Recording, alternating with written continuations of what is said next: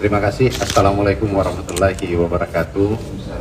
Shalom, Om Swastiastu, Namo Buddhaya, salam kebajikan. Sengaja kami hari ini menyampaikan beberapa hal tentang perkembangan situasi dunia, Indonesia dan khususnya pangan, hubungannya dengan pangan. Kita sudah tahu bahwa terjadi perang antara Iran dengan Israel. Kita hubungkan kondisi pangan yang ada sekarang. Alhamdulillah setelah kami menghitung kekuatan pangan kita dengan kondisi geopolitik yang memanas, pangan kita, cadangan kita sampai dengan hari ini itu tersedia sampai dengan 324 hari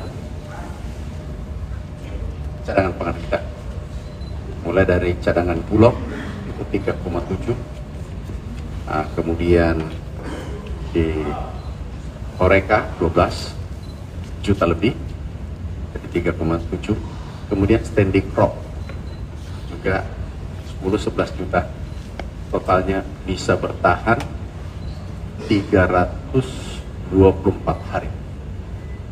Dan bukan bahwa 324 hari stop, dan kita produksi terus menerus tiap bulan 2,6 juta sampai 5,7 juta ton. Range-nya antara minimal 2,6 juta sampai 5,7 juta ton. Jadi insya Allah pangan aman. Jadi ada dua kita hadapi, kondisi geopolitik memanas dan pengumuman BMKG ada kekeringan. Ini dua-dua harus kita jawab. Kita ada pengalaman menghadapi El Nino yang paling keras. Ini kan El Nino nanti bulan 4. El Nino kita hadapi yang paling dahsyat 2023, alhamdulillah kita bisa lolos. Dari rencana impor waktu itu 10 juta, kami ikut ratas, alhamdulillah kita bisa redam hanya 3 juta lebih. Tapi ke depan insya Allah tahun ini mudah-mudahan tidak ada aral melintang, stok kita aman sampai 10 bulan, hampir 11 bulan, 10,7 bulan atau 324 hari bertahan. Dan tiap bulan kita produksi 2,6 juta sampai 5,7 juta ton. Itu range-nya. Jadi sedangkan kebutuhan kita adalah 2,5 juta ton per bulan. Jadi pangan aman. Gak usah risau. Dengan El Nino sekarang ini lebih lemah daripada sebelumnya. Lebih lemah. Tidak sekuat dari sebelumnya. Insya Allah kita bisa hadapi padahal kita belum siap waktu itu. Sekarang persiapan ini dengan hubungannya geopolitik selesai karena pangan kita aman. Oke, kemudian hubungannya dengan kekeringan El Nino yang kita hadapi yang diumumkan BMKG beberapa hari yang lalu. Ini insya Allah lebih mudah kita hadapi. Kenapa? Di lapangan sudah siap pompanisasi 1,2 juta hektar. Pompa coverage-nya bisa menjangkau pompa kita 1,2 juta hektar yang tak ada hujan. Oke. Kemudian tahun ini kita siapkan lagi 1 juta hektar. Jadi 2 juta nanti kita siapkan yang pada saat musim kering bisa kita airi. Pompanisasi sungai-sungai dan seterusnya, embung, sumur dalam, sumur dangkal, kita sudah siapkan. Jadi infrastruktur sudah siap. Ibaratkan jauh sebelumnya kita sudah siapkan payung karena kita tahu bahwa akan terjadi hujan. Nah itu sederhananya. Kita sudah siapkan infrastruktur irigasi dan juga ada rehab irigasi kurang lebih 1 juta hektar. Jadi ke depan insya Allah produksi kita aman. Jadi dua menghadapi geopolitik ini yang memanas dan menghadapi El Nino, kita sudah ada pengalaman. Kami secara pribadi menghadapi di 2015, 2016, kemudian 2023, dan itu jauh lebih dahsyat daripada sekarang. Jadi ini nggak usah kita risaukan. Oke? Pak, yang El Nino ada subsidi bibit yang tahan kekeringan nggak Pak? Kita sudah siapkan. Jadi mulai pertama bibit unggul yang tahan kekeringan. Ada yang tahan air tawar. Itu biosalin jenisnya. Nah ini kita siapkan semua bibitnya. Kita sudah siapkan. Dan yang menarik adalah optimalisasi lahan sudah kurang lebih 1 juta hektar. Opla rawa itu justru produksinya tinggi di saat musim kering. Kalau ada El Nino produksinya tinggi. Kita sudah siapkan. Kalau dulu nggak disiapkan. Sekarang irigasi siapkan. Lahan rawa kita sudah siapkan. Bibit unggul kita siapkan. Alat mesin pertanian siapkan. Pompanisasi kita siapkan. Semua kita sudah siapkan. Jadi dan persiapan kita betul-betul matang dibanding sebelumnya. Dulu 2016 bisa bayangkan. 2023 bisa bayangkan. Ada El Nino, tapi kita harus cari air di sungai-sungai, di pompanisasi, kemudian embung-embung. Sekarang sudah siap, embungnya sudah ada. Sekarang kita siap menghadapi dua kondisi. Dan itu luar biasanya Presiden kita, Bapak Presiden, pada saat beliau pertama menjabat, langsung mengatakan siapkan infrastruktur pangan dengan baik. Pupuk juga turun 20%. Ini bisa memacu, memotivasi untuk tanam petani kita. Harga pupuk kan turun, jumlahnya bertambah. Ini juga sarana produksi bisa menambah. Jadi pupuknya aman, bibitnya aman, alat mesin pertanian aman, irigasinya aman. Ini kita sudah siapkan lebih awal.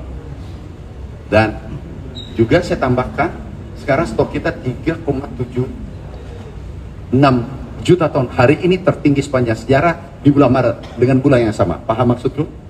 Tertinggi hari ini, kemungkinannya 2 bulan ke depan minimal, bukan maksimal, 5 juta ton. Itu tidak pernah terjadi dalam sejarah Republik Indonesia. Pak, kalau Pak tadi aman sampai Hati-hati, jangan sampai salah interpretasi. Bukan bahwa 324 hari selesai, bukan. Ini hari ini kita siap untuk 324 hari, paham? Tapi hari ini juga tiap bulan produksi 2,6 juta.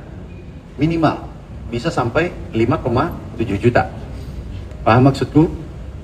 Artinya ini berjalan terus kan? Bukan bahwasanya 324 hari sekarang tidak produksi. Jangan sampai salah persepsi. Hati-hati. 324 hari stok yang ada hari ini. Paham? Di sisi lain, kami hari ini juga produksi tanggal ini hari, tanggal berapa? Tanggal 6 Maret sampai 6 April kita produksi kurang lebih mungkin 3 juta ton. Sorry, Maret bisa 4 juta ton sampai 5 juta ton. Paham maksudku? Tangkap ya? Jadi aman. Komoditasnya apa aja Pak? Apa? Komoditasnya apa aja yang disampaikan Abang tadi? Yang paling vital adalah beras. Karena kalau beras tidak ada, Republik ini bermasalah.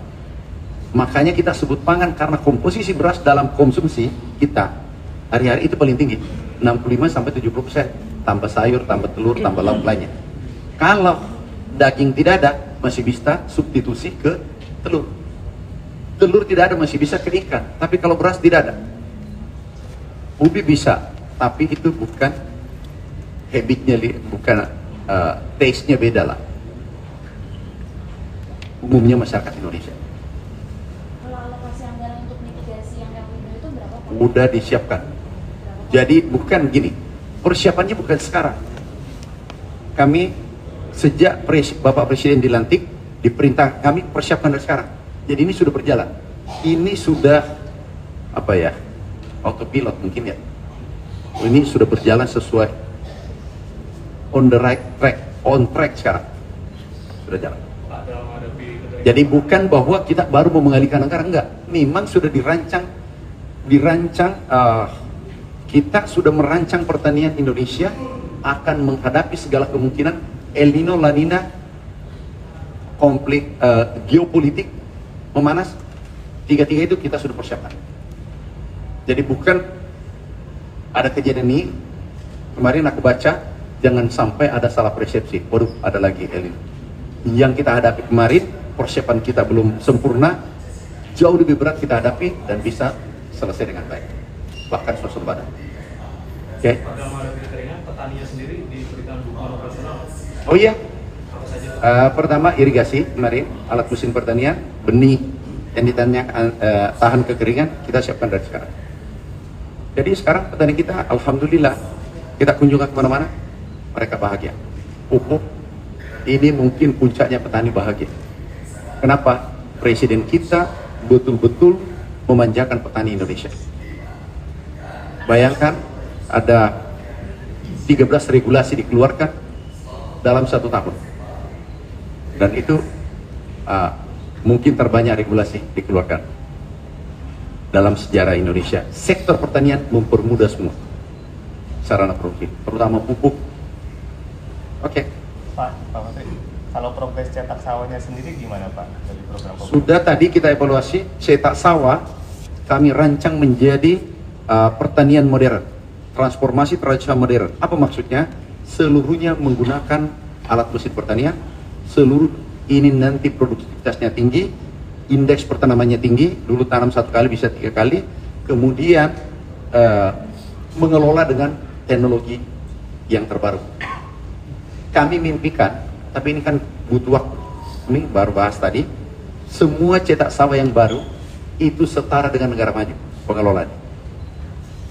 Karena tenaga kerja kurang kan, nah kita menggunakan teknologi tinggi. Contoh, dulu tanam 25 orang, pakai teknologi ini, pakai drone di cetak sawah rawa itu 25 hektar 1 hari. Bisa bayangkan. Kalau dulu 25 orang 1 hektar tanam manual, kalau drone kita pakai itu 25 hektar 1 hari. Bisa bayangkan. Kalau dulu 25 hektar itu butuh kali 250, 500 orang, 700-an orang. Ya kan? 750 orang kalau ingin tanam untuk 25 hektar. Paham maksudku? Tetapi kalau 20 kan 500 orang. Ya kan? Berarti 750 orang ya? 750 orang tanam kalau 25 hektar. Sekarang 1 orang 1 hari pulang. Kalau mau diselesaikan dalam waktu 1 hari, itu harus 750 orang berderet tanam. Paham maksudku? Kalau sekarang 1 orang aja, jadi 1 berbanding 750 orang. Nah, itulah teknologi.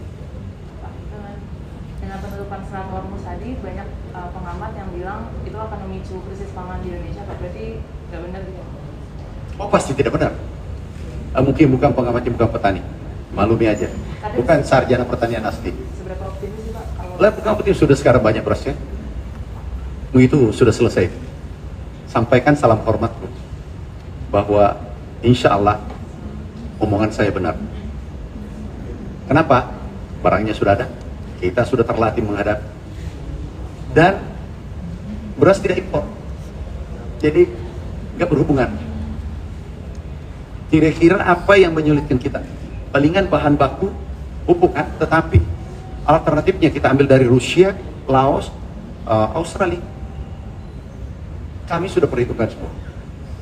Oke, masih ada pertanyaan yang berat? Masih berlanjut nggak Pak? Jelang hari raya seperti apa kan pasti permintaan tinggi juga Pak dengan harganya. Stok tinggi, jadi ketemu stok tinggi, permintaan tinggi, sehingga aku sudah cek tadi relatif stabil. Ada naik 0,6% tadi, apa tuh? Ayam ras ya? Kan itu yang agak menguat sedikit sesuai rapat inflasi. Itu naik 0,68%. Rata-rata average seluruh Indonesia relatif aman. Sudahlah kalau naik 0,6%, sayangilah juga peternak dikit-dikit ya, supaya dia dapat baju lebaran. Oke. Pak, diskon subsidi pupuk yang 20% masih berlanjut nggak Pak di tengah? Berlanjut, berlanjut, berlanjut. Itulah hebatnya presiden kita. Silakan. Untuk di tengah gejolak geopolitik Timur Tengah ini, apakah ada strategi baru yang disiapkan oleh Kementan dan strategi seperti apa? Atau memang masih jalur sesuai peta yang lama? Memang kita sudah siapkan semua. kondisi terburuk pertanian Indonesia kita rancang. Ada karena kita sudah tahu terjadi Rusia dengan Ukraina kan, dan kemudian Iran dengan Israel. Kita sudah perhitungkan semua itu, sehingga kita siapkan dari sekarang. Bukan sekarang, saat beliau dilantik. Makanya kita tenang-tenang saja. Kemarin BMKG karena kepalanya baru kan, jadi itu kondisi 2023 itu serem, kering kerontang semua, dan ketidakpastiannya iklim itu luar biasa. Kadang tanam 1000 hektar, 2000 hektar, 2 minggu tiba-tiba tidak ada hujan datang, habis ini tanaman. Bayangkan petaninya bangkrut. Sekarang alhamdulillah kita siapkan dengan baik. Jadi kita sudah persiapkan segala kemungkinan terburuk. Pertanian insya Allah kokoh. Penegasan aja Pak, berarti produksi dalam negeri tidak akan berdampak dengan situasi Oh enggak, itu pasti, aku yang jamin. Pak, selain El Nino kan katanya kemarau juga akan datang lebih awal ya Pak, itu target El Nino itu sepupu dengan kemarau, itu sama. Dia sepupu satu kali. target tahun ini gimana Pak? Ini kayak ya, tapi banyak beritanya dia nanti. Jadi itu El Nino dengan Nano sepupu saudara kandung. Nah, dia bersaudara Kan dia datangnya lebih awal, tapi landai. Tapi target produksi tahun ini seperti apa Pak? Target produksi insya Allah lebih tinggi dari tahun lalu. Masih akan tercapai gitu ya? Insya Allah doakan. Sama saja, berarti masih surplus. Sama saja produksi dengan tahun lalu. Tahun lalu surplus 4 juta, berarti sudah 8 juta surplusnya kan? Kalau surplus 8 juta, solusinya apa kira-kira? Mbak, oh, memang pintar dari sini. Ya, dua-dua pintar. Iya, kemarin kita ekspor, tapi beritanya kecil. Ini baru mimpi, angan-angan di awat mau impor, beritanya besar. Aku ekspor nyata, aku tunggu berita kecil. Di pojok lagi judulnya. Oke, nggak masalah. Kita ketemu di akhirat nanti. Targetnya masih itu Pak, targetnya masih Coba gandum Pak, di coba gandum bagaimana sama terkait proyek hubungan substitusi Kita coba. Gandum, sorghum kita coba, tetap jalan. Oke. targetnya masih itu Pak, masih 38,7 juta ton Pak, atau berubah? Enggak boleh berubah. Sekali layar berkembang, pantang, surut, hidup ke daratan. Tapi gandum progresnya bagus atau gimana Pak? Soalnya kan kita juga ada seperti yang negara. Ya tunggu. Kami sudah perintahkan kawal dengan baik. Ada beberapa kedelai kita sudah kembangkan 2000 hektar, bukan lagi percontohan. Mudah-mudahan produksinya bisa 4 ton. Bawang putih juga kita kembangkan, sudah produksi 20 ton. Kita jadi gini, skala percobaan sudah selesai. Sekarang kita masuk ke jumlah besar. Oke. Tadi kan berarti kalau misalnya untuk kenaikan pas lebaran nanti cuma 0,6 dari ayam ya Pak. Berarti kalau misalnya dari cabai dan dari Ada turun? Apa? Hati-hati. Yang turun kemarin minus tuh apa? Yang minus tadi? Cabai rawit tahu dong itu turun. Yang turun. Cabai rawit. Cabai rawit turun. Cabai merah turun. Beritakan juga kalau turun dong. Jangan seakan-akan itu you tidak bahagia kalau harga turun. Bantulah ya. Tolong bahagia juga kalau turun ya. Ini gak gampang menyediakan semua ini. Yang turun tadi apa ya minus? Coba. Bawang merah, cabai merah, apa lagi? Bawang putih, tolong tulis dulu dong, supaya aku tersenyum juga lihat berita Anda. Aku akan monitor semua berita Anda. Oke. Tapi jangan selalu pikir impor. Ya ekspor nih. Tapi jangan tulisannya, coba cek tulisannya kemarin. Jangan impor lagi 2000 ton dari Indonesia. Yang penting judulnya impor dari Indonesia ke Saudi Arabia. Enggak, ekspor ya. Oh, Arab ada. Saudi impor Pak. Hah? Arab Saudi impor beras gitu. Oh, iya yang penting. Betul dari Indonesia. Ada lagi? Pak, kalau soal larangan Iran dengan ekspor produk tadi ini gimana? Apa? Larangan Iran Pak mengekspor produk tadi apa gimana Pak? Oh iya, nggak besarkan lagi susah tuh saudara kita. Udah janganlah you ganggu, jangan cari masalah. Udah kita sudah cukup. Ya. Pak, Kalau perlu kita yang ekspor tapi tidak dilarang ekspor ke sana kan? Sudah kita ekspor ke sana. Itulah hebat, itulah baiknya Indonesia. Tapi nggak berdampak ya bagi kita ya. Kenapa? Nggak berdampak ya kita ya. Enggak, insyaallah enggak. Pak, soal update rencana pembangunan pabrik itu gimana? Oh sudah jalan, kita sudah resmikan 1. Jadi tinggal 6. Udah, yang kemarin. Oh nggak ikut ya? Di Kaltim udah diresmikan 1. Tinggal karena target kita 7. Pak, kalau yang pengawasan untuk head minyak kita itu gimana Pak? Emang kayaknya Anda kurang beritanya, begitu diundang datang kurang beritanya. Apa?